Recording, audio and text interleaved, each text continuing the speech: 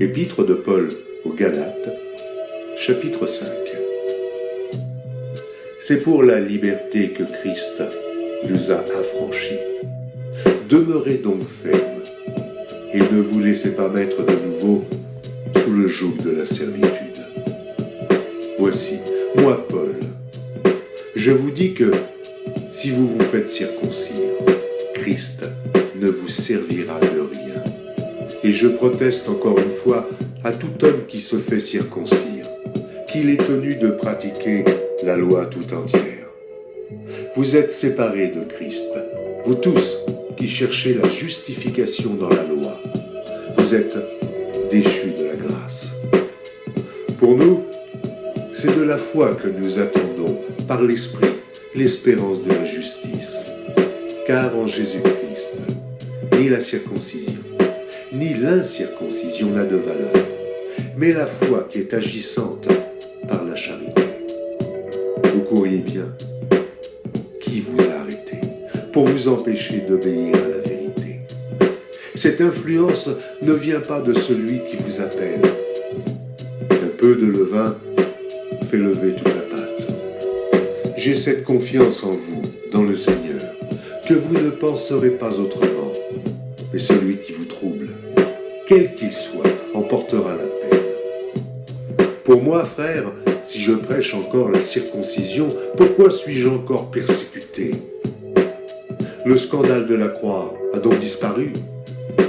Puissent-ils être retranchés ceux qui mettent le trouble parmi vous?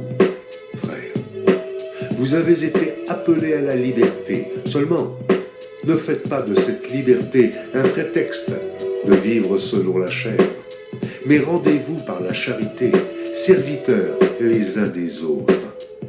Car toute la loi est accomplie dans une seule parole, dans celle-ci. Tu aimeras ton prochain comme toi-même. Mais si vous vous mordez et vous dévorez les uns les autres, prenez garde que vous ne soyez détruits les uns par les autres. Je dis donc, marchez selon l'esprit et vous n'accomplirez pas les désirs de la chair. Car la chair a des désirs contraires à ceux de l'esprit. Et l'esprit en a de contraires à ceux de la chair. Ils sont opposés entre eux, afin que vous ne fassiez point ce que vous voudriez. Si vous êtes conduits par l'esprit, vous n'êtes point sous la loi. Or, les œuvres de la chair sont manifestes.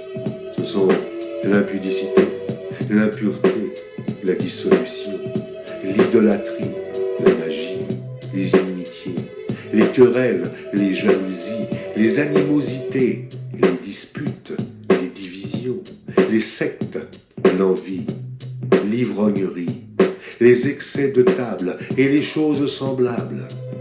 Je vous dis d'avance, comme je l'ai déjà dit, que ceux qui commettent de telles choses n'hériteront point le royaume de Dieu.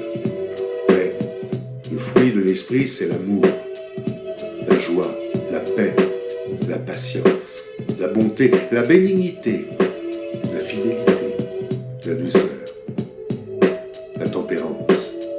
La loi n'est pas contre ces choses. Ceux qui sont à Jésus-Christ ont crucifié la chair avec ses passions et ses désirs.